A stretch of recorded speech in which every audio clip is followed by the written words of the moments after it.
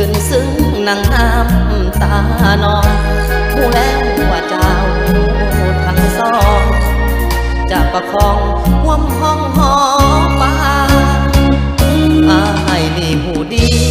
ต้องเสียทีให้คนเมืองนอก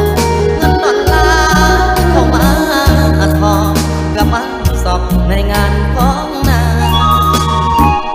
อายคนมาก่อนผู้ห่วมนอนเข้ามาทีหลังผู้แล้วว่าต้องผิดหวังแต่หากยังอยากเห็นหน้าอายลืมบ่ได้เสียดายเด้